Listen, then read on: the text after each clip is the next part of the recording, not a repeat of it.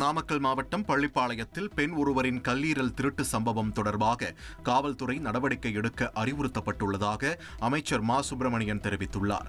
சென்னை சைதாப்பேட்டை அரசு மருத்துவமனையின் கட்டுமான பணிகளை ஆய்வு செய்த பின் செய்தியாளர்களுக்கு பேட்டியளித்த அவர், பெண்ணின் கல்லீரல் திருட்டு மோசடி சம்பவம் தொடர்பாக புரோக்கர்கள் மீது நடவடிக்கை எடுக்க ஏற்கனவே காவல் நிலையத்தில் புகார் அளித்துள்ளதாக தெரிவித்தார்.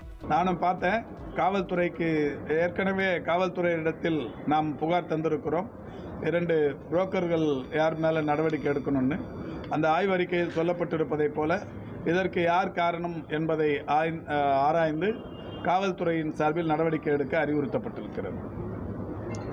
காவல்துறையின் சார்பில் மட்டுமல்ல, இது ஏதாவது மருத்துவமனைகள் சம்பந்தப்பட்டிருந்தால் அவர்கள் மீதும் நடவடிக்கை எடுக்க அறிவுறுத்தப்பட்டிருக்கிறது.